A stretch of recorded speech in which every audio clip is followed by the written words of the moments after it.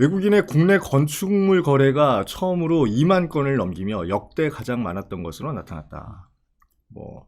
요새 얘기들 많은 게 이게 외국인의 어떤 매수는 차단을 하지 못하면서 다주택자들의 취득세는 더 중과를 해서 지금 걷고 있는 상황이니까 이게 논란이 좀 많이 되고 있었는데, 저는 이거 단기 투자라고 보지는 않거든요. 중장기야 외국인들. 네, 무조건 단기거든. 네, 무조건 이게 우상향 시장이 당분간 공급하고 뭐하고 그 사람도 멍청한 사람들이 아니기 때문에 이대로 가다가는 이거 부동산 가격이 좀 오를 수도 있겠다 하니까 그냥 중장기 투자로 묻어놓고 나서 관망을 계속 하지 않을까 싶은데,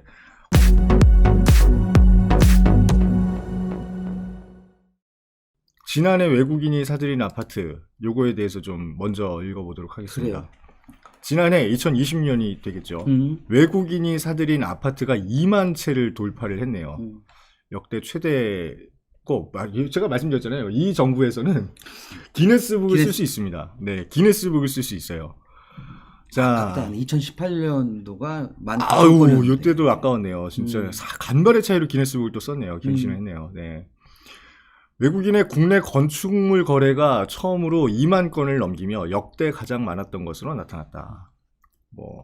요새 얘기들 많은 게 이게 외국인의 어떤 매수는 차단을 하지 못하면서 다주택자들의 취득세는 더 중과를 해서 지금 걷고 있는 상황이니까 이게 논란이 좀 많이 되고 있었는데, 2019년에는 살짝 줄어들었다가 지난해 또 갑자기 18.5%나 늘어서 처음으로 2만 건을 돌파를 했네요. 경기도가 9천 건 가까이 되고요. 서울은 절반밖에 안 되는데 이게 뭐라고 보십니까? 왜 서울은 조금밖에 매수를 못했을까요? 서울은요?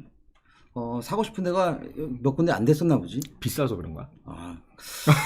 왜냐면 제가 봤을 때는 그렇습니다. 외국인들이라고 한다고 하면, 그죠? 실거주 목적인 사람보다는 투자 목적이 훨씬 많은 건데, 네. 그 외국에서 특히 오는 거, 제가 이제 아까 전에 잠깐 위에 보게 되면, 저는 어떻게 생각하냐면, 우리 2018년도에 이제 조금 19,000건으로 좀 늘어났었던 부분. 네. 이제 난 어떻게 생각하냐면, 사실은 그 전 세계적으로 이제 부동산 투자하는 회사들이 이렇게 있잖아요. 네. 아마 2018년도가 사실은 그 아시아권에서는 제일 투자를 많이 하는 곳이 홍콩이었습니다. 근데 홍콩이 2018년서부터 정치권 자체가 상당히 많이 흔들렸었던 상황에 네, 중국이 개입을 많이 하면서 네. 사실은 투자하는 사람들이 홍콩 쪽에 투자하는 것보다는 그 다음으로 대안으로 생각한 게 사실은 한국이거든요. 네. 왜냐하면 외국에서 봤었을 때는 우리나라의 부동산 가격이 되게 난 저평가란 말을 별로 안 쓰는데 저평가 된다고도 많이 생각을 하셨던 것 같아.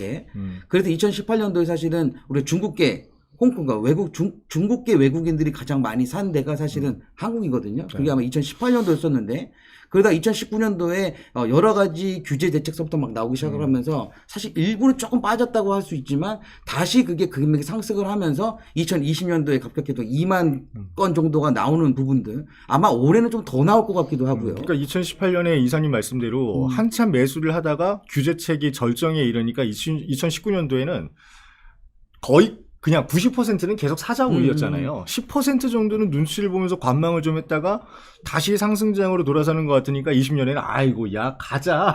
그런 좀 가자 이러면서 온 거죠. 야 쓸어 담아 인마 이러면서. 네, 진짜 그냥 우리나라의 특히 부동산 중에 서울 같은 경우에만 서울시 4,775건 중에 대부분들은 사실은 저는 강남이 제일 많을 거라고 생각을 하고 있는데, 이 강남 하는 이유가 뭐냐? 외국 사람들이 직접 우리나라에 올 일이 거의 없거든. 네.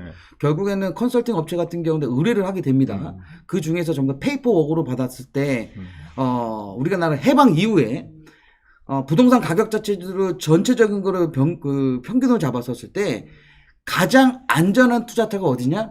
강남이겠죠. 서울 중에서도 강남이다. 그래서 아마 강남의 매수세가 상당히 많이 나왔을 것 같은데. 이거 이렇게 보십니까? 저는 지금 이거 한 4년 내에 해서 이게 14,570건도 많은 수치지만 갑자기 막 5,000건, 4,000건이 늘어났는데 2015년에 샀던 사람이 2017년에 팔고 2017년에 샀던 사람이 2019년에 팔 수도 있고 이렇다고 하지만 저는 이거 단기 투자라고 보지는 않거든요. 중장기야 외국인들. 네, 무조건 단기거든. 네, 무조건 이게 우상향 시장이 당분간 공급하고 뭐하고 그 사람도 멍청한 사람들이 아니기 때문에 이대로 가다가는 이거 부동산 가격이 좀 오를 수도 있겠다 하니까 그냥 중장기 투자로 묻어놓고 나서 관망을 계속 하지 않을까 싶은데, 하나 더 우려되는 거는 진짜로 공급 대책이 잘 맞물려 가지고 가격이 이제 올 수도 있다라고 판단이 되면 이 사람들도 다 빠져나갈 싹 거 아니에요. 빠져나가지. 네, 주식이랑 싹 빠져나갈 똑같습니다. 거 아니에요. 네.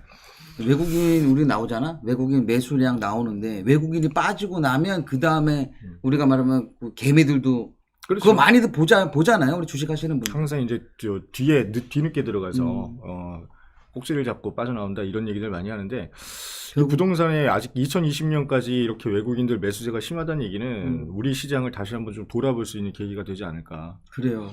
인천도 3,000건 가까이 됐고요. 서울은 전년과 비교해서 거의 22%, 23% 정도가 증가했고 고가 건축물이 몰려있는 강남구 서울에서 제일 많았고 구로 왜 구로구 하니까 좀 그런 느낌이 드는데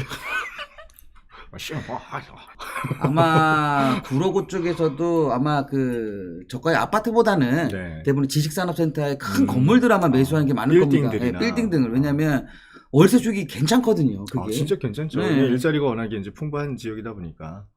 결국엔 그거네. 진짜 일자리 많은 강남, 구로, 소초, 영등포, 종로, 송파 우리가 다 말하는 도심. 3도심 권한에 네, 들어가 있는 삼도심 거네요. 권한에, 그죠? 네, 들어가 있는 쪽이 맞죠. 그러니까 이쪽은 말 그대로 그냥 경기 불황하고 연관이 뭐 어느 정도 있긴 하겠지만 결국에는 고정 유동 인구가 풍부한 지역, 일자리가 집중돼 있고 사람들이 많이 쏠릴 수밖에 없는 지역에 첫 번째로 외국인들도 선점 투자를 했다.